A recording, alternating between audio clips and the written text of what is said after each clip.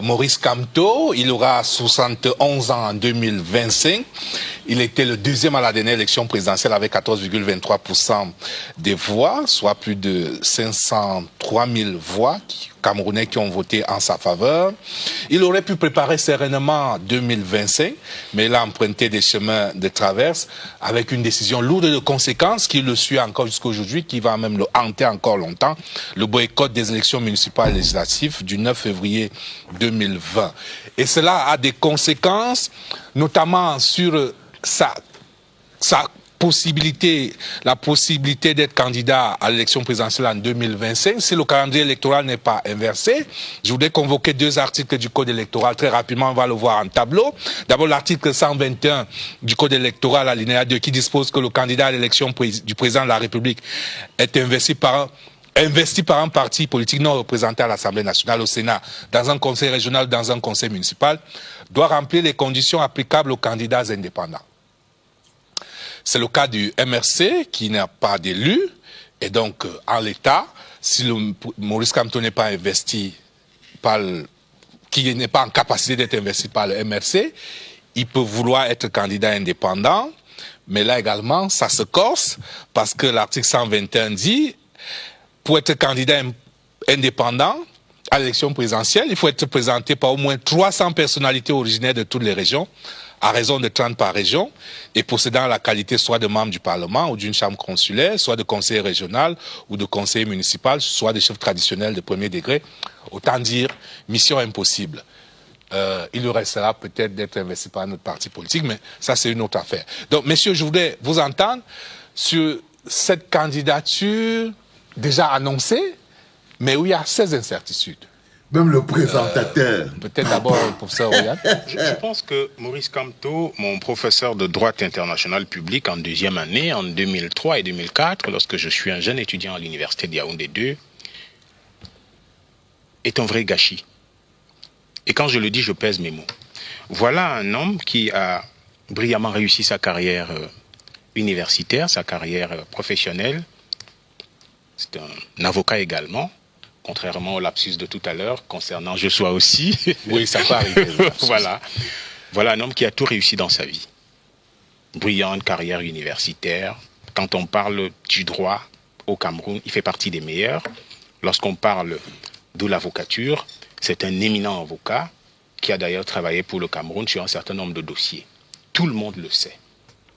Voilà quelqu'un qui, en 2018, aurait pu véritablement représenter une alternative pour 2025.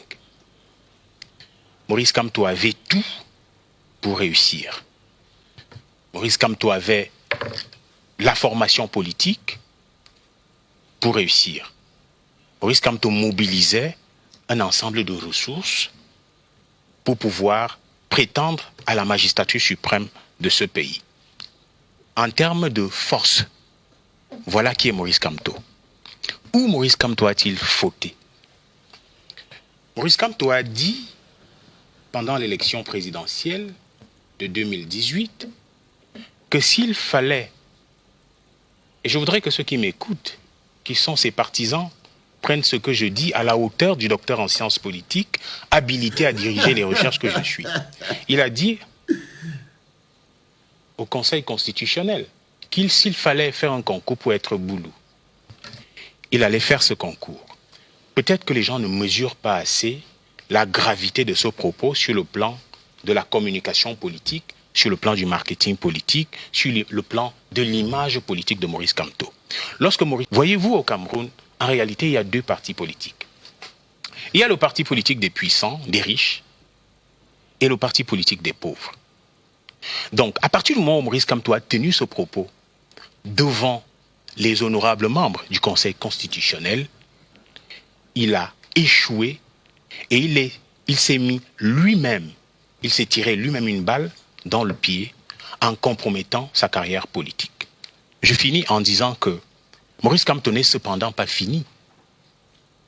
Il a toujours la capacité de mobiliser, pour ne pas dire de remobiliser, il a toujours une capacité de nuisance. Parce que même n'étant pas dans les institutions représentatives, il garde une capacité de nuisance. N'oubliez pas que Maurice Kamto impose à travers son action politique, à travers ses lieutenants, un certain agenda politico-médiatique. Les thèmes qui sont développés par son laboratoire politique sont généralement imposés dans une certaine classe médiatique. Laquelle classe médiatique relaie systématiquement ces thématiques, et cela signifie que c'est quelqu'un qui est respecté, c'est quelqu'un qui est d'une certaine manière aimé, c'est quelqu'un qui peut toujours mobiliser. Donc il faut pas enterrer Maurice Kamto d'aussitôt. Michel Roger, Moi, je vais dire, il peut renaître de ses cendres. ça serait assez compliqué. Les enfants, on dit chez nous, on dit chez nous dans notre village que quand le Seigneur fait ton palabre, quand le Seigneur fait ton palabre, même le diable chante tes louanges. Je reprends. Quand le Seigneur fait ton palabre, même le diable vote pour toi. Comme tono gotaya, holy watade. Holy watade, comme tono gotaya, oh. Holy watade. Tu as vu comment il se pisse dessus, boss? Là, c'est une capsule, mesdames, mesdemoiselles, messieurs. Bienvenue dans le deuxième podcast de la journée. Bienvenue à la clinique. Nous sommes toujours le lundi 9 octobre 2023 et vous êtes dans le deuxième podcast de la journée. Là, vous voyez les enfants, nous sommes en plein dans les primaires chez les crapules. Tout est mis en contribution. Un seul objectif, discréditer celui qui fait peur à celui qui leur fait peur. Là, vous voyez, ils ont un seul objectif. Utiliser toutes les ressources. Utiliser toutes les ressources pour essayer de discréditer, décrédibiliser, lutter, imposer contre l'homme qui fait peur à celui qui vous fait peur. Ils utilisent les moyens de l'État pour abrutir les populations. Ils utilisent les moyens de l'État pour mener leur campagne à l'intérieur de leur propre parti. Là, par exemple, c'est la CRTV qui est utilisée dans le but du dénigrement de Maurice Kamto, le représentant du peuple, la somme de toutes nos souffrances, la somme de tous nos espoirs. Ils utilisent l'argent de nos impôts. Vous devez comprendre ce qui se passe, les enfants. Nous sommes des millions à payer des impôts au Cameroun pour payer les salaires de ces gens qui travaillent à la CRTV.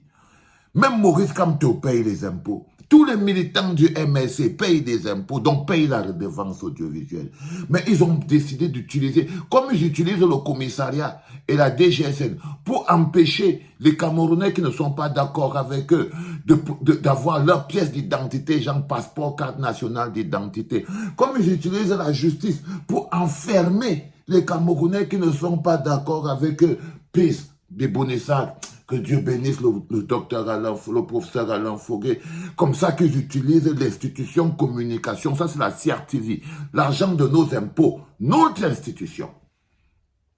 Ils utilisent la CRTV pour démontrer aux gens, pour empêcher, pour abrutir, pour verser dans l'opinion publique un message selon lequel il y a des chances que Maurice Kamto ne soit pas candidat à l'élection présidentielle. Objectif, démobiliser la résistance et renforcer leur peur. Parce qu'ils ont un seul objectif, démobiliser une résistance. Démobiliser quelque chose qu'on ne peut pas démobiliser. Ils ne savent pas que nous, on fonctionne à la... C'est notre souffrance qui nous met debout. Ils ne savent même pas que si Maurice Kamto ne fait pas ce que nous, on veut qu'il fasse, on va lui faire faire. Il ne sait pas que c'est nous qui allons mettre Maurice Kamto là. Ils donnent l'impression aux gens que c'est la décision de Maurice Kamto de devenir candidat à l'élection présidentielle. Non, les enfants. Ils se trompent.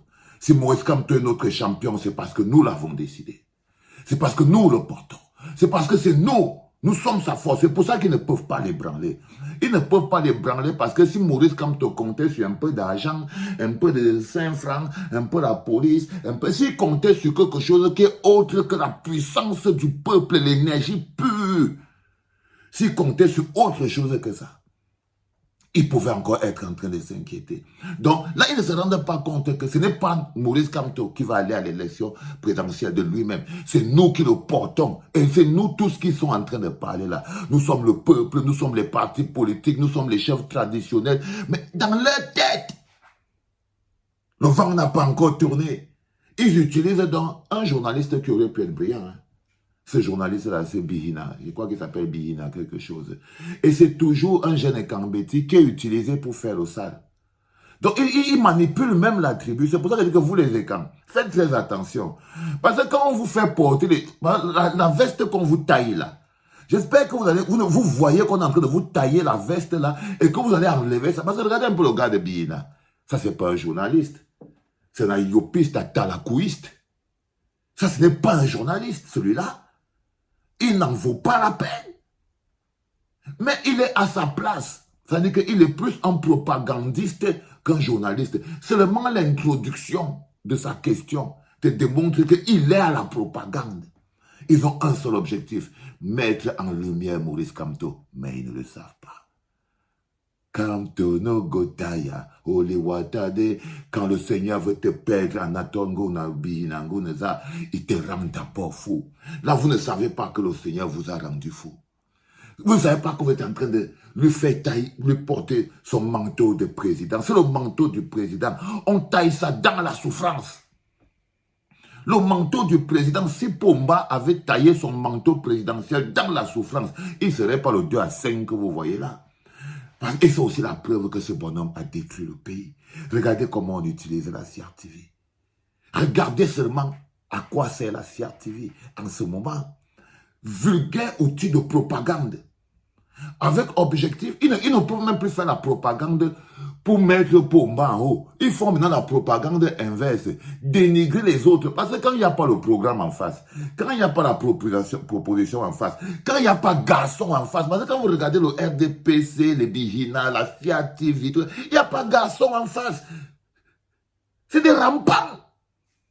Quand il n'y a que rampants en face, ils ne peuvent faire que le commérage, le karambani, le rampampam, le minsossi et tout ce qu'ils sont en train de faire là. Mais tout ça joue encore notre rôle. Quand le changement est inéluctable, même les actes de conservation les plus compliqués deviennent des actes de changement. Écrivez ça, les enfants. Écrivez ça. Ça, c'est un acte de conservation. OK? Là, ils ne savent plus. Ils pouvaient utiliser ce temps pour montrer les grandes réalisations de Pomba.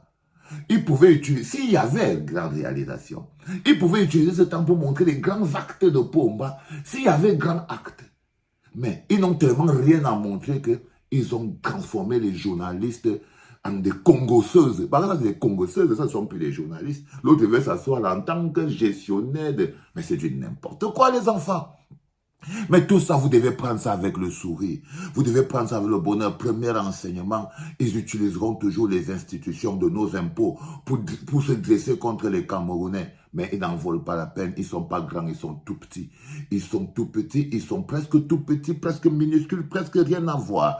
Autre chose, quand le Seigneur fait ton palabre, hein, quand c'est le Seigneur qui est en train de faire ton palabre, même le diable, quand il pense qu'il te combat, il ne sait pas qu'il parle pour toi, il vote pour toi. Est-ce que comme tu avais besoin, imaginez-vous que c'est une coigne qu'on était en train de parler, ils seront contents.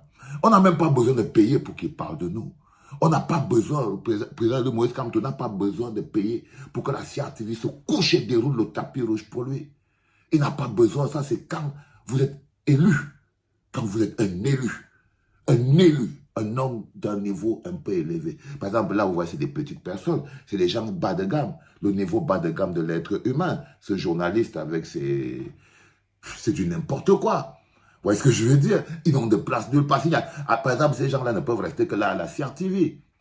Rien d'autre. Vous voyez ce que je veux dire? Mais ils croient qu'ils sont en train de réussir quelque chose. J'ai dit oui. Ils sont en train de montrer qu'ils ont peur de celui qui leur fait peur. J'ai adoré cette émission.